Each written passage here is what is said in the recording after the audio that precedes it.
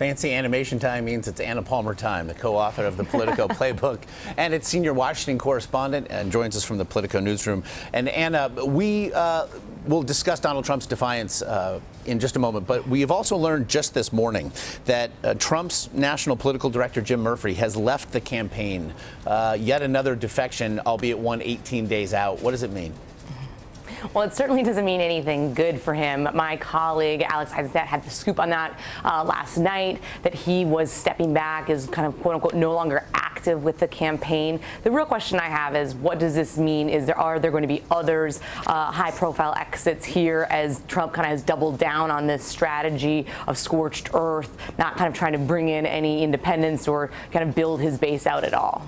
Meanwhile, again, we did hear Donald Trump again refer to his, if nothing else, reserving the right to challenge the outcome of the election, referred to 2000 and Bush v. Gore in doing so. At this stage of the game, though, as it regards political strategy, what do you make of it? Well, I think there's a lot of talk about what is he actually trying to do. Is he going to seriously try to contest this as a rigged election? You have lots of Senate Republicans coming out saying, no, this is not the case. Senator Ayotte came out yesterday saying, you know, we have fair elections in New Hampshire. There's a lot of concern that him going out on the stump and using this very regularly is going to suppress voting and make Republicans not, think that their vote doesn't count, so they're not going to actually go out there. And the other thing I would say is we have a morning consult Politico poll out this morning that we just came out, and it found that nearly 70% of the people who are registered voters believe that whoever loses in this election in 2016 should accept the results. The Al Smith dinner last night, meanwhile, we've seen this dinner before provide light-hearted moments. I suppose, though, given the rhetoric and rancor of the campaign to this point, should we have expected anything different last night?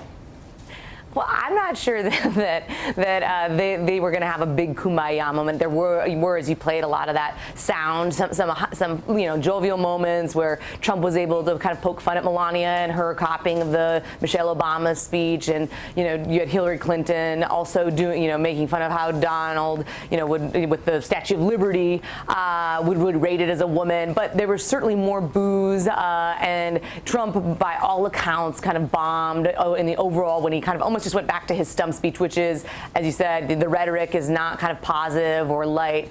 But I don't think that this is that big of a surprise, considering what happened earlier this week on the debate floor. And I want to get you out of here on this one. As we mentioned earlier, Donald Trump out on the stump today, as is Hillary Clinton.